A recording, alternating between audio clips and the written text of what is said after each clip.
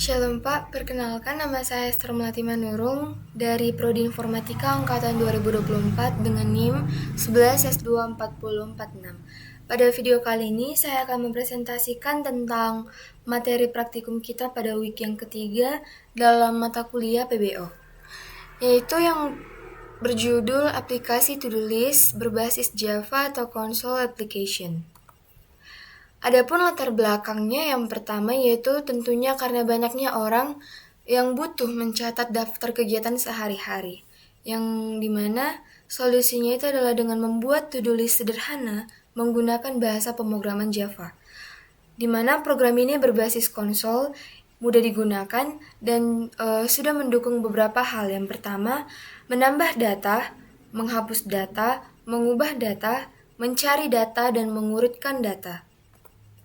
Adapun tujuan dari program ini adalah yang pertama membuat aplikasi pengelolaan to-do list sederhana yang bisa dimanfaatkan oleh banyak orang yang tentunya juga cara penggunanya itu sederhana. Kemudian menerapkan konsep dasar pemrograman yaitu ada array, perulangan, percabangan atau switch case, dan juga input dari user. Dan juga tujuan yang terakhir ada melatih penggunaan fungsi atau method agar program lebih terstruktur. Adapun struktur program, yang pertama ada kelas utama berisi app, lalu ada atribut yang berisi beberapa atribut. Yang pertama string model, yaitu new string berisi 01 yang menyimpan data to do. Kemudian ada double scanner, itu untuk input usernya nanti. Lalu ada pun metode utamanya, yang pertama ada show to do list, lalu ada add to do list atau string to do, kemudian remove to do list atau integer position, lalu ada update to do list atau integer position atau string new to do, lalu ada search to do list atau string keyword, lalu ada short to do list atau string order, lalu yang terakhir ada view method atau untuk interaksi. Adapun fungsi utama program, di sini saya menulis ada 4 fungsi utama programnya, yaitu yang pertama menampilkan to-do list, yang dimana nanti ada show to-do list, itu berfungsi untuk menampilkan daftar to-do. Lalu yang kedua adalah menambah to-do, yang ada nanti di situ add to-do list, itu tentunya menambah item baru ke daftar. Lalu yang ketiga menghapus to-do, itu ada remove to-do list yang tentunya menghapus item berdasarkan nomor. Lalu yang terakhir mengubah to-do, yaitu ada nanti update to-do list, yaitu mengganti isi to-do dengan yang baru. Adapun fungsi tambahan, yaitu yang pertama mencari to-do list dengan search to-do list atau keyword, lalu yang kedua mencari berdasarkan kata kunci, mengurutkan to-do list dengan short to-do list order. Kemudian ada urutkan ESC atau A sampai Z atau DESC atau Z sampai A. Lalu ada menu utama atau user interface konsolnya, yaitu program menyediakan menu interaktif, yaitu ada tambah to do, ubah to do, cari to do, urutkan to do, dan juga hapus to do.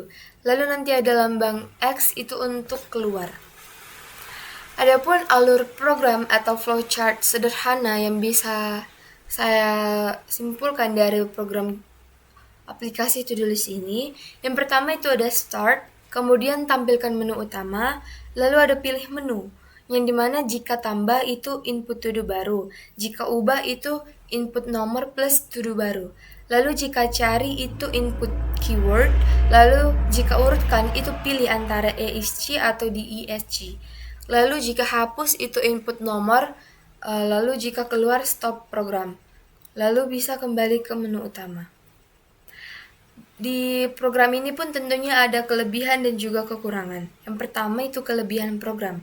Yang pertama, program ini tentunya sederhana dan mudah dipahami dan cocok untuk belajar dasar pemrograman Java.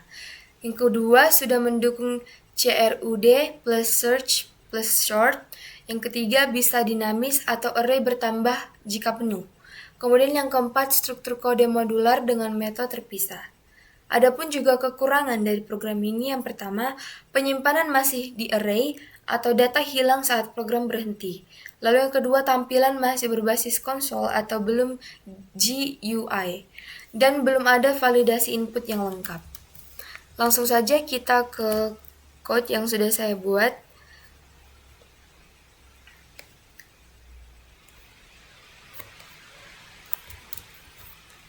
Jadi kita akan mulai menjalankan code-nya. Nah, di sini dia langsung menampilkan to-do list, yaitu belum ada data to-do yang tersedia. Lalu dia di sini menunjukkan menu yang dimana yang pertama itu ada tambah, ubah, cari, urutkan, hapus, dan juga keluar. Seperti yang ada di sini tadi dalam flowchart sederhana. Jika tambah tadi tentu input to do baru, jika ubah, cari, dan lain-lain ada di sini bisa kita lihat.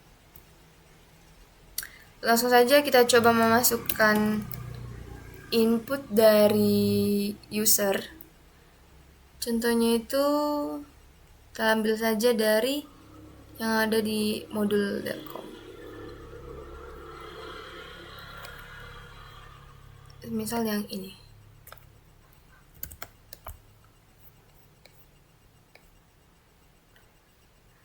Di akhir dia menggunakan huruf X yang itu tandanya bahwa input yang dimasukkan sudah berhenti di yang terakhir.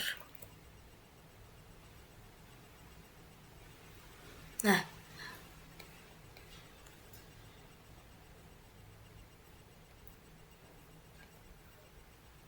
coba langsung kita cocokkan dengan yang ada di modul. To-do list belum ada to-do yang tersedia. Lalu misal mulai dari yang ini menghapus to-do list.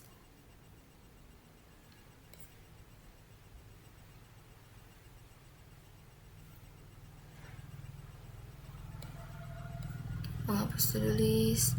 Lalu terakhir itu pilih X.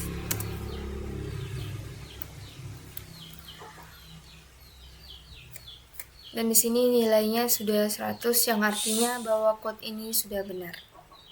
Baiklah Pak, demikianlah yang bisa saya jelaskan di bagian code-nya. Sekarang kita masuk ke dalam kesimpulan, yang dimana kesimpulan yang bisa diambil adalah yang pertama bahwa aplikasi to-do list ini berhasil menerapkan konsep dasar Java, yaitu berisi array, loop, conditional, method, dan juga input dari si user. Lalu yang kedua, program bisa dikembangkan lebih lanjut menjadi aplikasi berbasis GUI atau Java Swing ataupun Java FX. Kemudian integrasi dengan database yaitu dengan MySQL dan SQLite. Dan terakhir itu ada tambahan fitur reminder atau juga deadline untuk mengingatkan si pengguna akan list yang sudah dibuat. Baiklah Pak, demikian yang bisa saya jelaskan keseluruhan mengenai praktikum kita pada week yang ketiga. Semoga apa yang saya jelaskan bisa bermanfaat dan bisa dimengerti bagi kita semua. Terima kasih Pak.